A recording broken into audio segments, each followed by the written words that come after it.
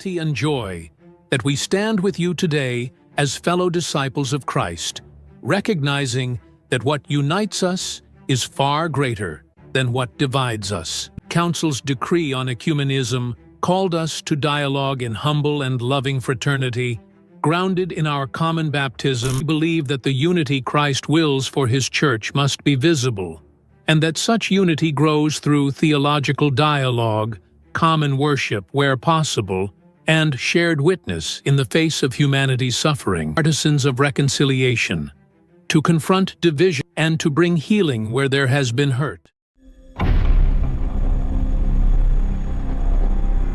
Lutheran community excited about Christianity's future with Pope Leo XIV. The lead pastor of Faith Lutheran Church, Dan Tews, says the Pope being American is extra special. And to do good, he just has a big platform to be able to share his thoughts and to do good. So I think that's why we should all care and follow what he does, because what he says carries a lot of weight. Despite some differences in practicing of our faith, Pope Leo will emphasize what we have in common rather than identify our differences. This is a good thing for the Christian church, no matter what faith you practice. This is also about making history. Inside the Sistine Chapel, they prayed alongside each other. The first time a monarch and pontiff have done that for 500 years, since Henry VIII broke away from the Catholic Church. With King Charles also governor of the Church of England, the optics could not be more significant for relations between the two faiths. The King's hand of friendship for the Catholic Church, recognised with the ceremonial title of Royal Confrater, and a seat made just for him and his heirs. But there was a wider message that both King and Pope wanted to share, the two men talking publicly about their passion for the environment. The soft power of the royals and the church on full display. You could see from their interactions that you have two men who have shared interests and passions, but as it was pointed out to me by the head of the Catholic Church for England and Wales, you also have two heads of state who are currently wrestling with issues.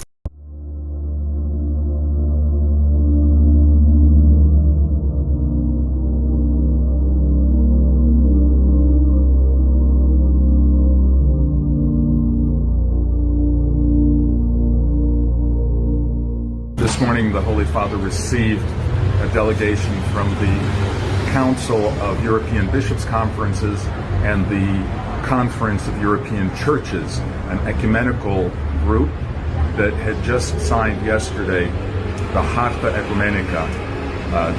It's a document that cites our joint witness of Christianity in Europe. He blessed us, he encouraged us on this journey, and it is a commitment of all the Christians in Europe to witness the gospel in today's Europe. On Sunday, January 25, 2026, Pope Leo XIV marked the 59th week of prayer for Christian unity with members of an ecumenical delegation. In his address, the Pope urged Christians to press forward in the ecumenical mission toward full, visible unity. The Holy See Press Office published the following regarding Pope Leo's remarks. We are one. We already are. Let us recognize it, experience it, and make it visible. My dear predecessor, Pope Francis, remarked that the synodal journey of the Catholic Church is and must be ecumenical. I believe this is a path for growing together in mutual knowledge of our respective synodal structures and traditions. There's breaking news out of the Vatican where yesterday Pope Leo spoke at an ecumenical event closing the week of Christian unity. He praised the presence of an Anglican bishop there, and he said, and I quote, "We are one. We already are." Pope Leo XIV stood at the tomb of St. Paul and said something that will define his papacy. Noi siamo uno. Lo siamo già. Riconosciamolo, sperimentiamolo, manifestiamolo. He wasn't talking to Catholics. He was talking to all Christians, Orthodox, Anglican, Protestant, gathered at the Basilica of St. Paul outside the walls for the closing of the week of prayer for Christian unity. This wasn't diplomatic language. This was a declaration, and it matters. January 25th is the feast of the conversion of St. Paul, and every year it marks the end of the week of prayer for Christian unity. 8 days when Christians from all denominations pray together for reconciliation. But this year was different. Pope Leo XIV has been Pope for just 8 months, and in that time, he's already shown he won't play it safe on ecumenism. Remember, last November, he traveled to Turkey and Lebanon. In Iznik, ancient Nicaea, he stood with ecumenical patriarch Bartholomew and representatives from multiple Christian traditions to commemorate the 1700th anniversary of the Council of Nicaea. They recited the Nicene Creed together, in the very place where it was written. That was historic. But yesterday's homily went further. Because Pope Leo didn't just celebrate past unity, he declared present unity. We are one. We already are. Not, we will be one someday. Not, we should try to be one. We are one. Present tense. Already accomplished. Done. He's saying, the unity is real. It exists. We just need to recognize it and live it. That's a theological earthquake. Now, some Catholics hearing this will panic.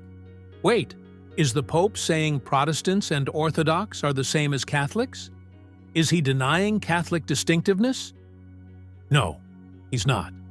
Here's what he is saying. 1. We share one baptism. The Catholic Church has always recognized valid baptisms in other Christian traditions. If you're baptized in the name of the Father, Son, and Holy Spirit, you're baptized. Period. 2. We share one Lord, Jesus Christ. Orthodox, Anglicans, Lutherans, Methodists, Baptists, we all confess Jesus as Lord and Savior. That's not nothing. That's everything. 3. We share one faith, the Nicene Creed. This was Pope Leo's point in Iznik. Catholics, Orthodox, Anglicans, most Protestants, we all profess the same creed, the same God, the same Christ, the same Spirit. So the unity isn't aspirational, it's foundational. The divisions are real. The differences matter, but they don't negate the deeper unity that already exists. Pope Leo is saying, start from what we share, not from what divides us. What's he doing here?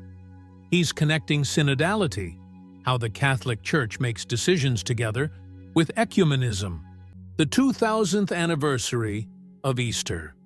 7 years from now. He's setting a timeline, a goal. He's saying, let's use these 7 years to deepen unity, to share, to learn, to grow together. This is ambitious, because 2033 isn't just a date. It's a deadline, and it means Pope Leo XIV intends his papacy to be defined by ecumenical progress.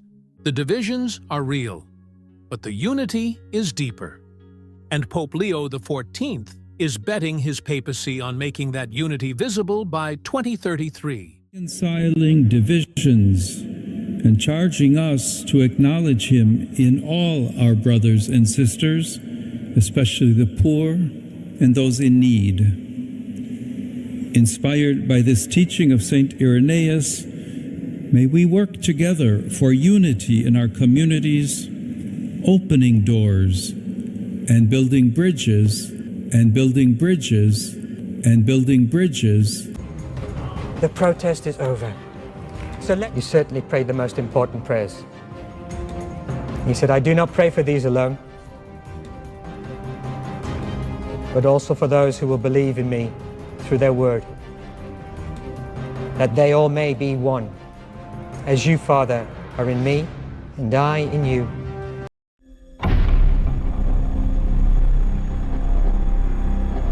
Today we contemplate the mystery of Holy Saturday, the day of great silence and joyful expectation. Just as God rested after creating the universe, so did the Son rest after completing the work of redemption. On the completed task. It is the confirmation that what should have been done has truly been accomplished. It is a repose filled with the hidden presence of the Lord. This rest is the seal on the completed task. Holy Saturday is also a day of rest. Holy Saturday is also a day of rest. No work is to be done on the seventh day. Indeed, after the 6 days of creation, God rests.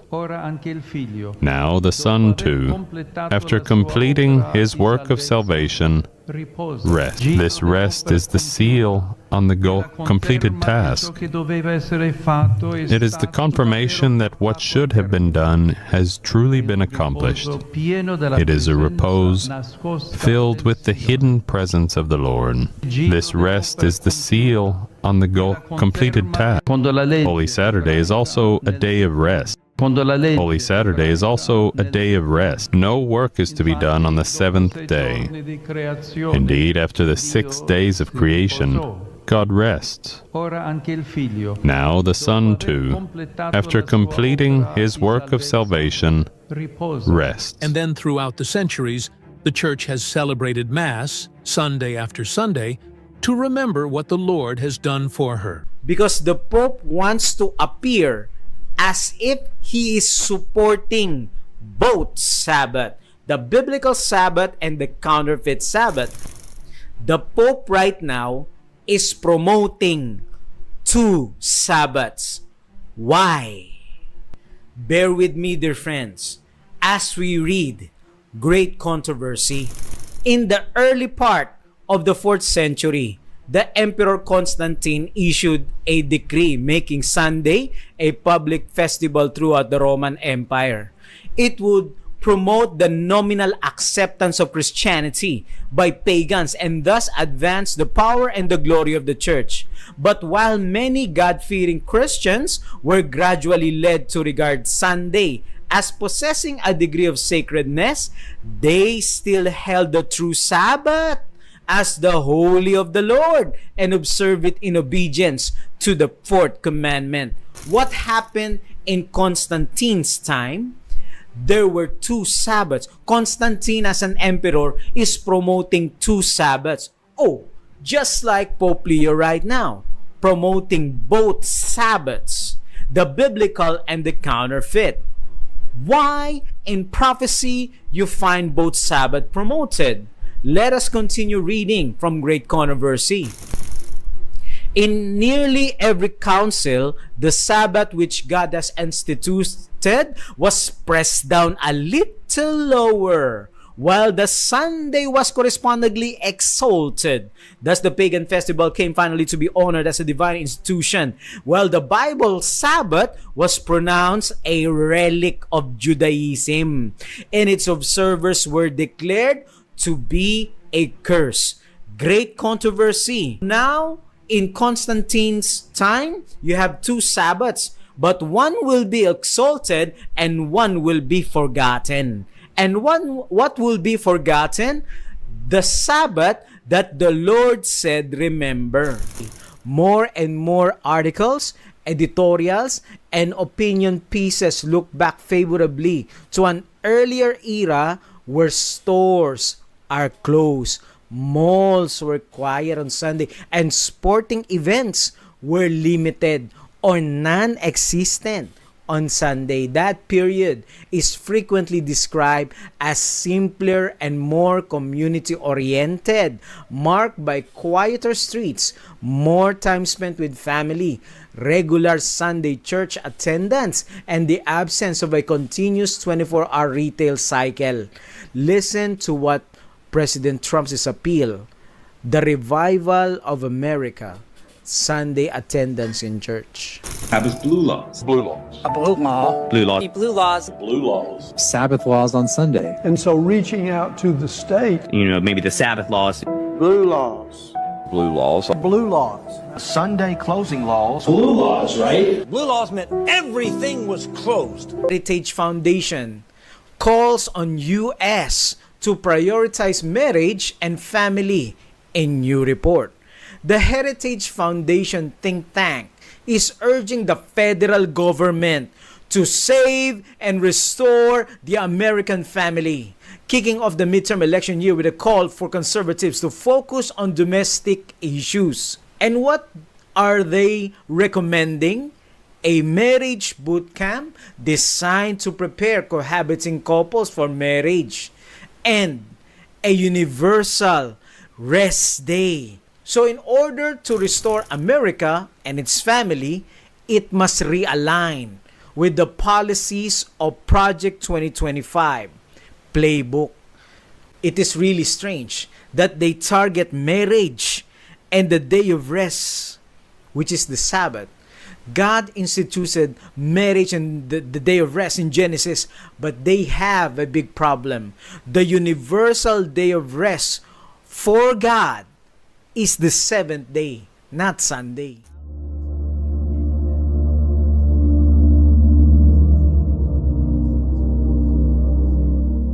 Who has the authority to define the day of worship? God, who sanctified the seventh day at creation, or human tradition, which exalted the first day of the week? This call is not isolated only to Catholics.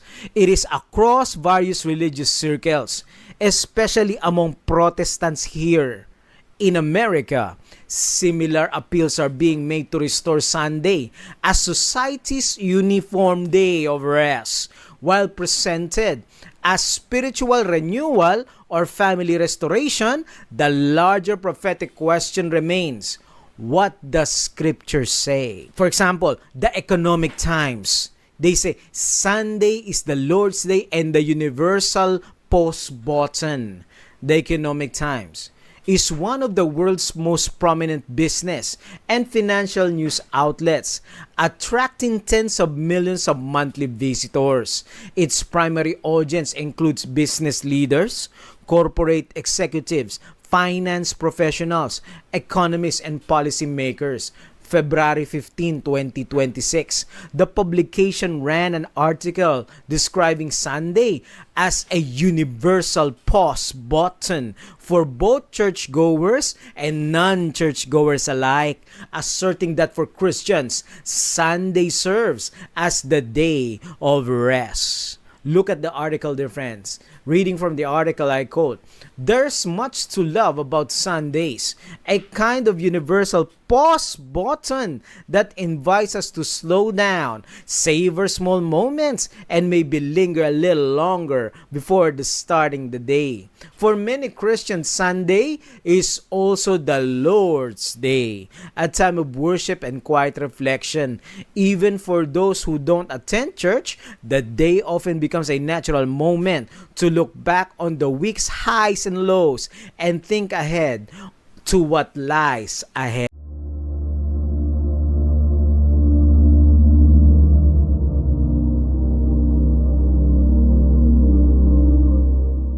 Is preparing the way for a national Sunday law.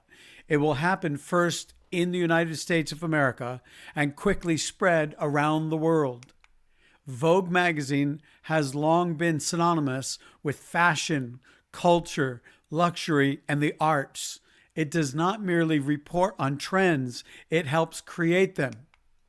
Vogue has an international following and helps shape what its readers perceive as desirable and elegant. On an article in Advent Messenger entitled "Vogue Fashion Magazine Calls the Effort to Protect Sunday Rest Non-Negotiable." Non-negotiable. Sunday closings, non-negotiable.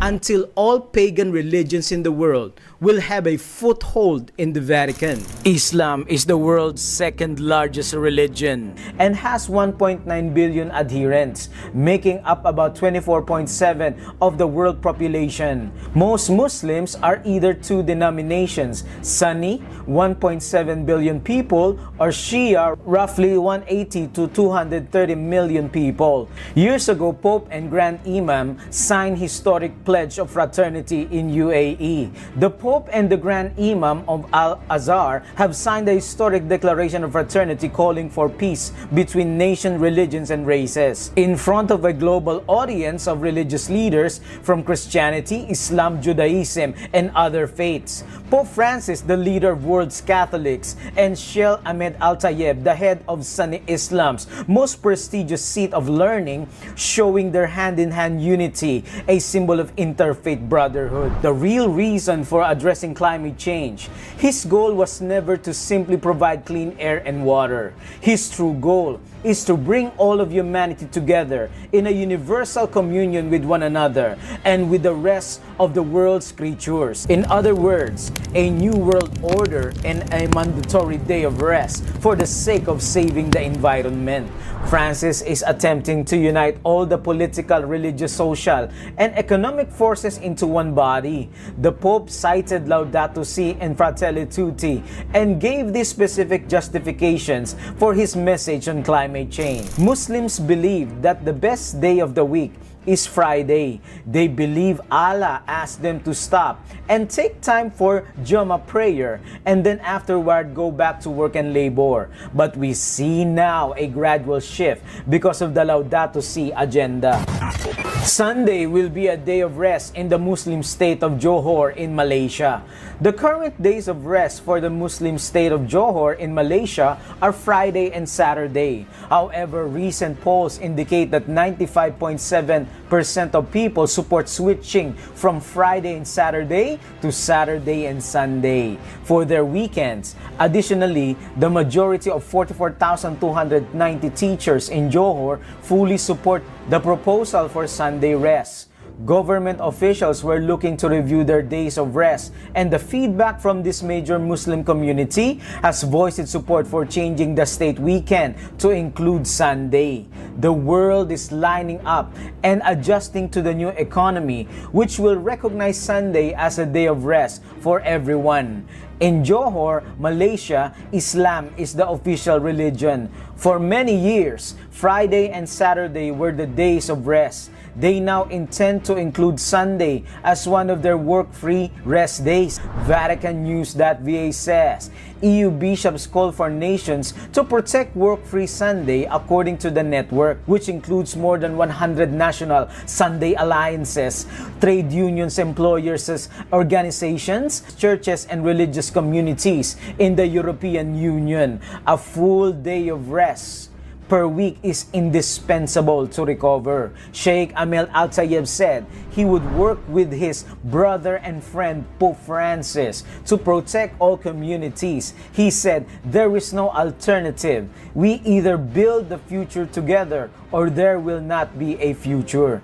Great Controversy says the dignitaries of church and state will unite to bribe, persuade, or compel all classes to honor the Sunday. Political corruption is destroying love of justice and regard for truth, and even in free America, rulers and legislators, in order to secure public favor, will yield to the popular demand for a law enforcing Sunday observance. One world worship, and they are allowing this for ecumenism. Jesus says in Matthew 12 verse 30, "He that is not with me is against me."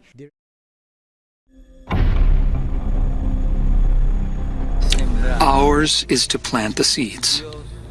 Sometimes our efforts and works seem to fail and not produce fruit. We need to remember that we are followers of Jesus Christ, and his life, humanly speaking, ended in failure, the failure of the cross. Poi rischiamo di rinunciare alla vita. Maria, donna del sabato santo, ci insegni ancora a sperare. Maria, donna del sabato santo, ci insegni ancora a sperare. Today, il giorno della supplica alla Madonna di Pompei. This is the day of the supplication to the Madonna of Pompeii. Our Mother Mary always wanted to accompany us and be near us, to help us with her love. And I should like to therefore pray together with you. Let us pray for this new mission, for the entire church and for peace in the world. And let us ask for this special grace from Mary, our God. Ave Maria, piena di grazia. Hail Mary, full of grace, for us sinners, and be present at the hour of our death. Amen. And let us ask for this special grace from Mary, our God. Mary, our God.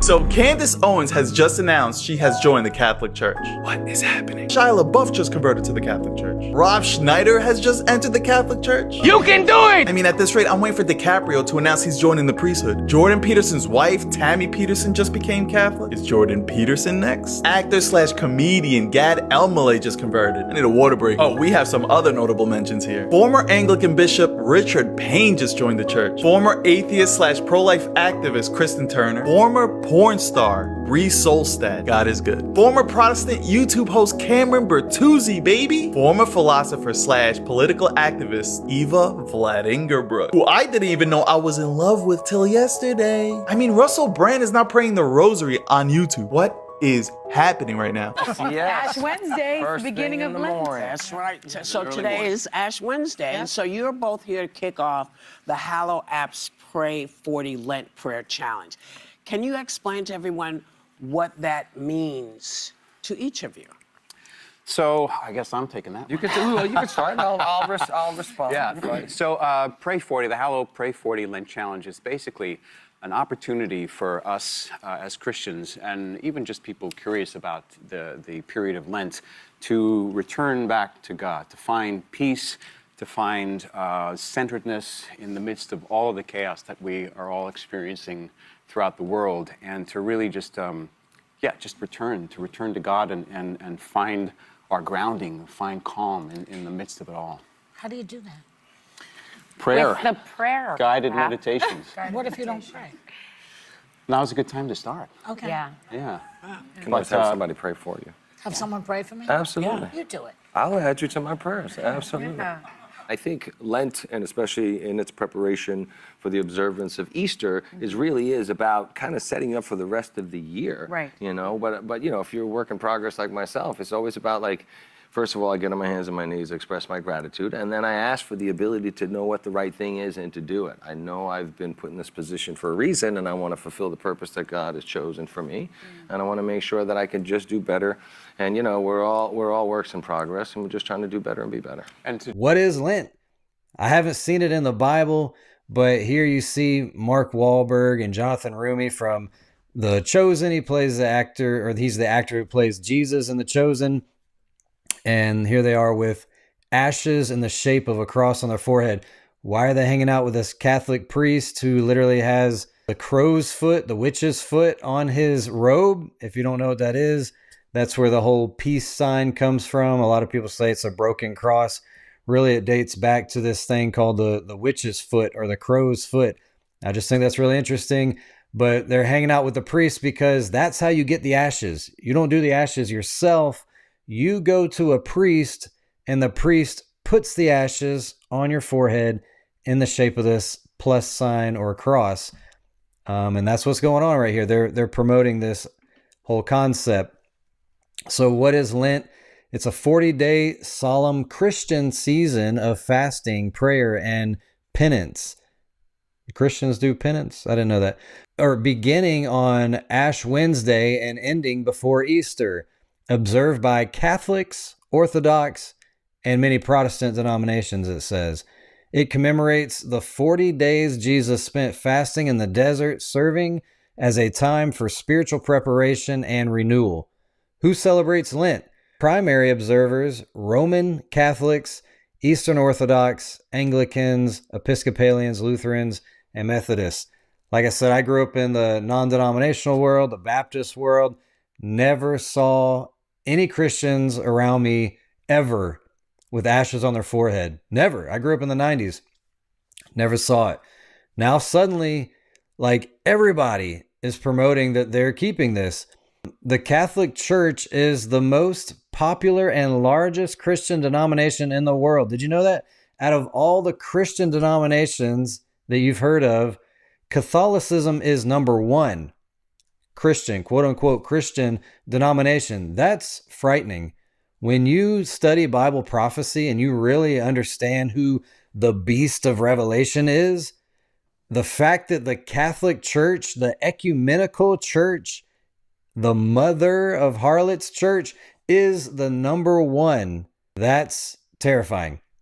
But there is a push. There's a push to push people towards the beast system. Picking governments. But on National Prayer Day, the President of the United States said something no predecessor ever would. They say separation between church and state, they told me. I said, all right, let's forget about that for one time. The words separation of church and state aren't actually in the Constitution. They come from an 1802 Thomas Jefferson letter who called for a, quote, eternal separation between church and state. But over time, the courts interpreting the First Amendment have made it the law of the land. Under Trump, however, we have seen that wall systematically eroded in favor of a particular brand of Christian nationalism.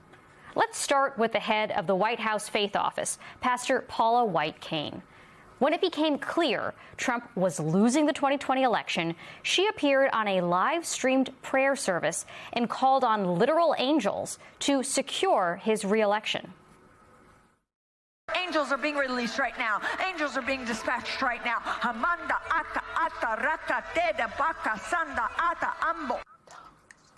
Then there's Attorney General Pam Bondi chairing the task force to, quote, eradicate anti-Christian bias, unquote, in a country where 87% of Congress identifies as Christian. Or Texas Lieutenant Governor Dan Patrick, who has pushed for the 10 Commandments in public schools while chairing the Religious Liberty Commission. It's even in the military. Last week, Defense Secretary Pete Hegseth invited a self-described Christian nationalist pastor to lead a prayer service at the Pentagon, a pastor who has publicly advocated for repealing women's right to vote, and in his 1996 book argued that slavery promoted, quote, affection between the races, unquote, in the South. To be clear, Christian nationalism is not Christianity. Christian nationalism is the belief that America was founded as a fundamentally Christian nation and should be governed as such. A stunning new poll this week found that as many as 1 in 3 Americans are either adherents or sympathizers with Christian nationalism. Among Republicans, that number jumps to more than half. Thomas Jefferson wrote his separation of church and state letter in 1802 because he understood something fundamental. The wall he described wasn't built to keep faith out of America. It was built to keep the government from deciding whose faith counts. Joining us now to discuss is Brad Onishi. He is co-host of the Straight White American Jesus podcast, author of the upcoming book, American Caesar, How Theocrats and Tech Lords Are Turning America into a Monarchy. Brad, you literally wrote the book on this. You were once inside this movement. So when you hear Trump say, let's forget about separation of church and state, what does that sound like to you? Well, I think the first question we always have to ask when a member of the government, an executive leader like Trump, says that they want to bring back religion, that they want to welcome religion into the government, we have to ask this: whose religion? And in this case, it's whose Christianity? And the relationship between Trump and Christian nationalists goes back a decade by now. But that relationship continues to thrive in his second term for a number of reasons. The recent data that you just mentioned that came out this week from PRRI shows us why Christian nationalists and Trump continue to be a perfect match. Christian nationalists show a deep affinity for authoritarianism. They are an outlier when it comes to their fellow Americans in terms of their affinity for authoritarian governance. Many of them see democracy as the problem, not the solution to America's problems. They're also an outlier when it comes to great replacement theory. When it comes to people of faith in the United States, white Christian nationalists are those who believe in the highest numbers by far that white people are being replaced in this country and elsewhere. They're also the most skeptical of birthright citizenship. So if you put all of that together, these are people of faith who see Trump's policies in terms of immigration, mass deportation, ICE raids in the Twin Cities and Chicago and LA, not as going against the teachings of Jesus, not as heresy, but as bringing in revival, purifying the nation of God's enemies and restoring its greatness. And so when I hear him talk about tearing down that wall, well, that's, I think, what he's welcoming, a certain form of Christianity that matches with his approach to governance in terms of authoritarianism, immigration, and other pillars of his administration. Can I just ask one follow-up on that? What does that imply that Donald Trump and others who seem to believe in the Christian Nationalist Project think should happen to people like me? I'm Jewish. Or people like my co-host, Eamon, who's Muslim. What does that mean happens to people who do not believe in the same faith? Well, let's take Doug Wilson, who was mentioned earlier. Doug Wilson was welcomed to the Pentagon this week by Pete Hegseth at the monthly prayer service that Hegseth hosts. Wilson is a pastor who's a self-identified Christian nationalist. Now, what he has said in the past is this: in the America that he wants, the America he envisions, if you are a non-Christian, if you are a Muslim, if you're a Hindu, if you're a Buddhist, you can practice your faith in your heart and in your home. But there will be no mosques, no gurdwaras, no temples. You will not be allowed to practice your religion in public. The public space will belong to Jesus, King Jesus. He also believes that you should not be able to hold office. So when it comes to Muslim Americans, when it comes to those who are not Christian, those who profess no religion, atheists, humanists, agnostics, they will be second-class citizens at best. And if they get out of line, if they're not willing to participate in the regime's policies, there will be further consequences in his vision. So, Brad, you've said that January 6th was the logical outcome of decades of this movement preparing for what some see as a war. What are they preparing for now? They've gotten the leader that they've wanted. They've gotten a leader who's willing to enable them. And you've talked about what that might look like, according to this pastor at the Pentagon. But how does this get implemented? Where are we watching this play out? Because, you know, we were talking about this on the show last night, especially in the state of Texas, the rise of Islamophobia being weaponized and trying to limit all kinds of, you know, the ability of Muslims to build a subdivision or to have a mosque and have a school. And the concern is that it spreads from there elsewhere in America. But how do you see this playing out, this vision being implemented? What are we looking out for here? Yeah, so I think the schools are one place. I think we could have a long discussion about the Ten Commandments bills across the country, in Texas and Louisiana and other places. I think we could talk about the ways that local governments often stand between people of faith, those who are Muslim or Hindu, Buddhist, and so on, from building places of gathering and so on.